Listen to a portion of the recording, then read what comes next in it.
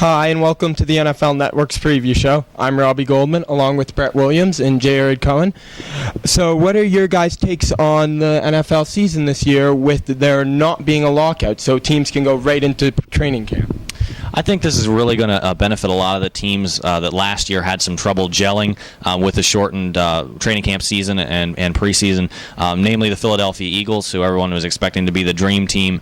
They collapsed really throughout the whole season. But I think it's also going to be a great time for teams that are in that similar position. Take the Washington Redskins, acquiring not only Robert Griffin III in the draft, but also big-name wide receivers Pierre Garçon and Josh Morgan. I think will help them out.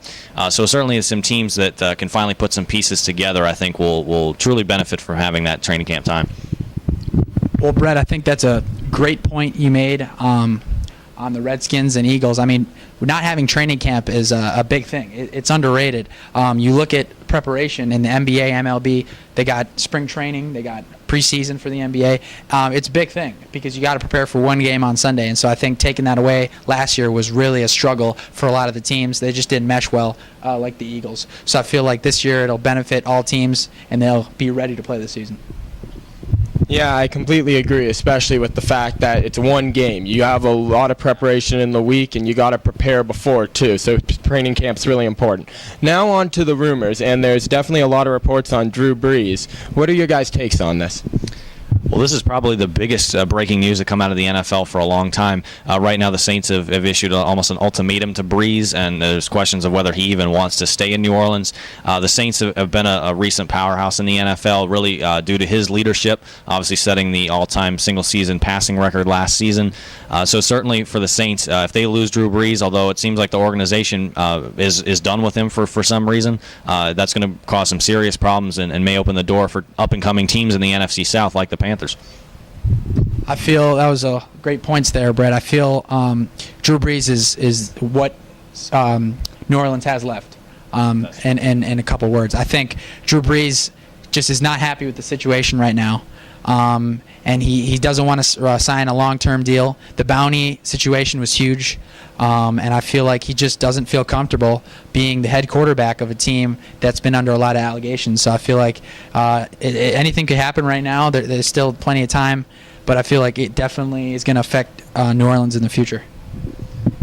Yeah, well, Drew Brees is definitely a franchise player, so we'll wait and see what happens to him. Now on to the final part, predictions. What are your guys' takes on the season? So, what are your predictions?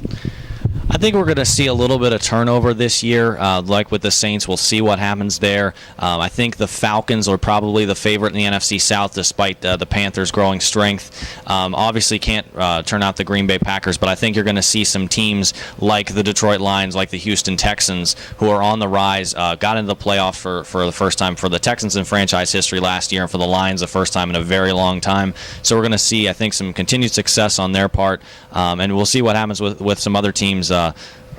It should be a very interesting season, I think. You couldn't have said it better. You got plenty of teams that are coming up right now. There's obviously the favorites, Green Bay. You got the Giants trying to defend Atlanta. They're trying to make something happen with Roddy White and Matt Ryan. But you got teams like the Redskins who are trying to put pieces together and make this a run. So it's going to be really interesting to see what could happen. The Jets obviously getting Tim Tebow, and the Broncos getting Peyton Manning. It's going to be a great season. To me, I think Green Bay has the edge right now. I think they were really disappointed of the way the season ended last year, and they're hungry and they want a second title. And interestingly enough, the NFC has been fairly dominant in the past couple years, really throughout the season, being very tight. And I think the AFC gets a little bit overlooked sometimes. You got teams like the Patriots and Steelers that year after year continue to do very well. I was going to say that makes perfect sense because you look at the AFC and NFC right now. No real team, as obviously the Packers last year, but no real team this year is showing that they're going to be that elite team right now. It's up for grabs, so anybody could take it. Yeah, well, that's the best part of sports. We don't know what's going to happen. Hopefully an underdog will come through and make it to the playoffs, and it's very exciting. Yeah. For my partners Brett Williams and Jared Cohen, I'm Robbie Goldman saying good night.